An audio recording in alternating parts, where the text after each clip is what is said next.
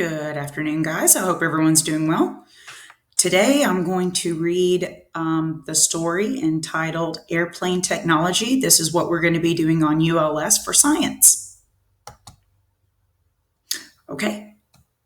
Today, there are almost 20,000 airports in the United States. Because an airplane can travel very fast, people fly on airplanes for their jobs and for vacations. It would take longer to travel in a car, a bus, or train. People go to an airport and get to another city quickly.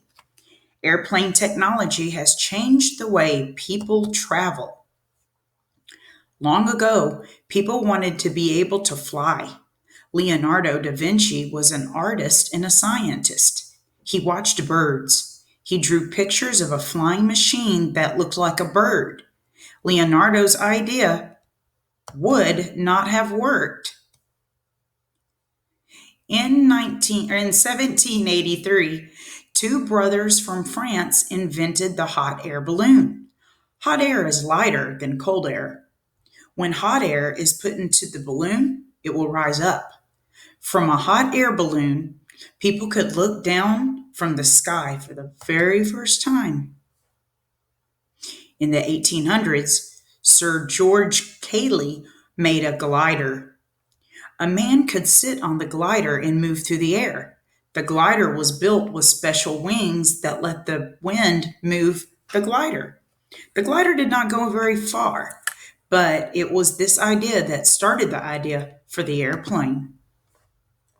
Orville and Wilbur Wright were brothers. As children, these brothers liked toys that could fly. They had a toy helicopter that moved when a rubber band was twisted. They liked to build and fly kites too. When they got older, Wilbur and Orville owned a bicycle shop. Orville and Wilbur were interested in flying machines. They studied the glider.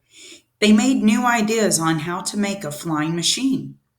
They made a large kite with wings. They used ropes to pull the kite in the air. Now they wanted to make this big kite into a glider. Wilbur and Orville built a big glider.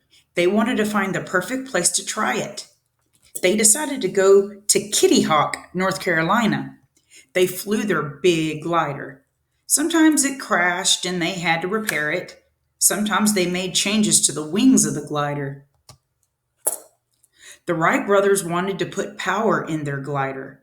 Again, they worked on new ideas. In December 1903, Orville flew their new airplane, the Wright Flyer. The plane went into the air powered by an engine that the brothers made. Flying was possible. The first airplane built by Orville and Wilbur Wright was the beginning to the airplanes that we see today. The first plane only carried one man.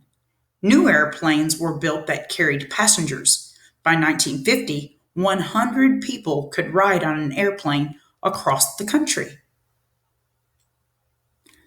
The Boeing 777 is a very large airplane. This plane has seats for 300 people.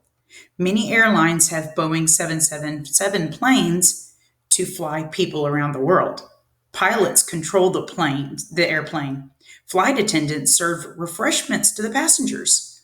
Movies are also shown on the airplane. Technology has made air travel today a fun experience.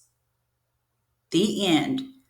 So the next time you're on an airplane or you see an airplane fly overhead whenever you're in your front yard, remember this story.